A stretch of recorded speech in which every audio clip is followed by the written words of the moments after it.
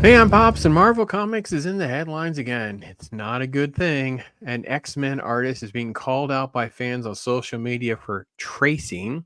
Another term that you're also going to see in some of the headlines is swiping. They plagiarized. They stole. Like, this is insane. You're not going to believe the details in this. Let me show you some interesting page comparisons right now. So this is some side by side stuff over on Twitter. It is truly, truly amazing and yet sad and pathetic all at the same time.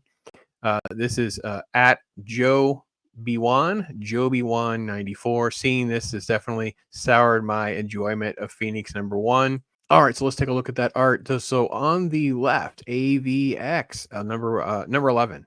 This is a picture of Storm, and as you can see on the right, it is nothing but a reverse image that's been refashioned into Phoenix. So obviously, the pencils are so much the same that even the curvature of the fingers is actually the same. Obviously, body structure, proportions, everything like that. So literally, this looks lifted, traced, swiped. Use your term however you want. It was not one panel; it's multiple panels. Let's go to another book, House of M #2. This is from 2005. And again, look at the exact same proportions for Storm into Phoenix.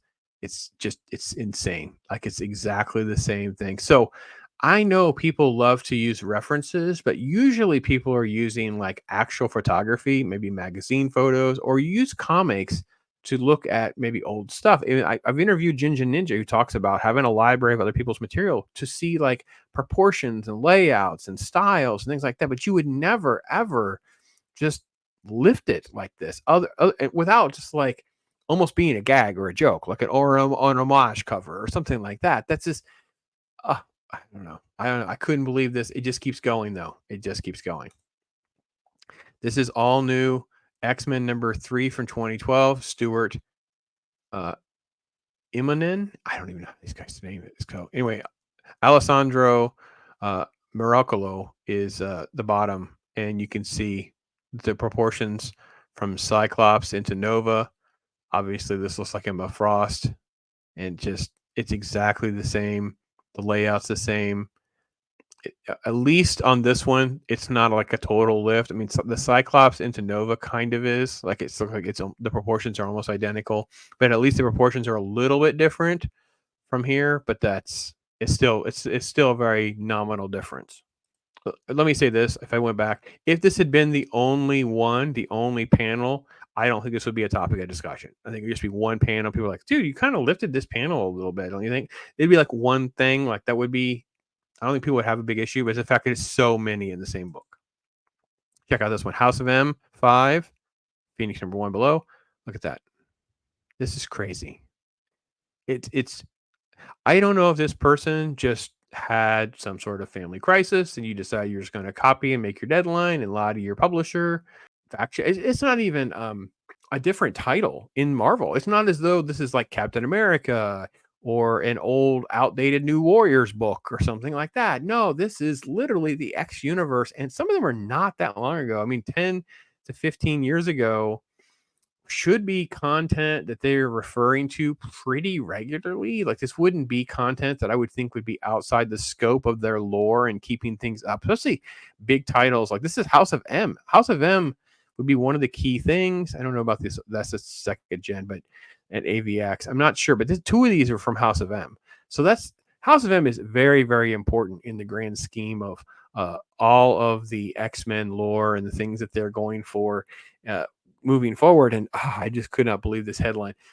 All of the problems they have having high quality talent and having high quality writers, having artists, editing, because all of that's gone. Like, no one feels like you're getting your money's worth with these people. I mean, I was reading some Amazing Spider-Man, and the next thing I know, it was like, oh well, we're going to pretend for 1 month that legacy matters, and this is issue 900, and we're going to bring in these high talented artists and do all this tribute stuff, and we're going to charge you this amount. I was like, you don't get to just pick and choose. No, pick your lane, do your thing, do quality work.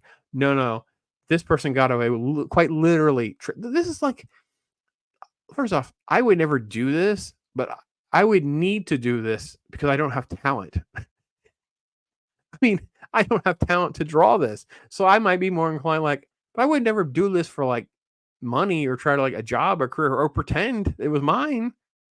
This is nuts. I couldn't believe how bad this is. So forget about AI stealing from artists. We have artists stealing from artists again. And there's been many, many examples over the years. I totally get it.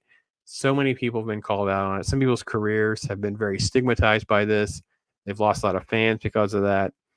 So I don't know what'll come of this, if anything, but yeah, this is not what Marvel would want to be in the headlines for, I assure you. So anyway, love your thoughts and other examples that you can think about. Some of you out there have just, a great memory of database and stuff that comes to mind. I just saw this and had to do a video about it real quick. I really haven't given my thoughts on, Greg Horn or something to come to mind immediately, but I'd love to hear from you guys first. So thanks you guys for watching. I'm Pops.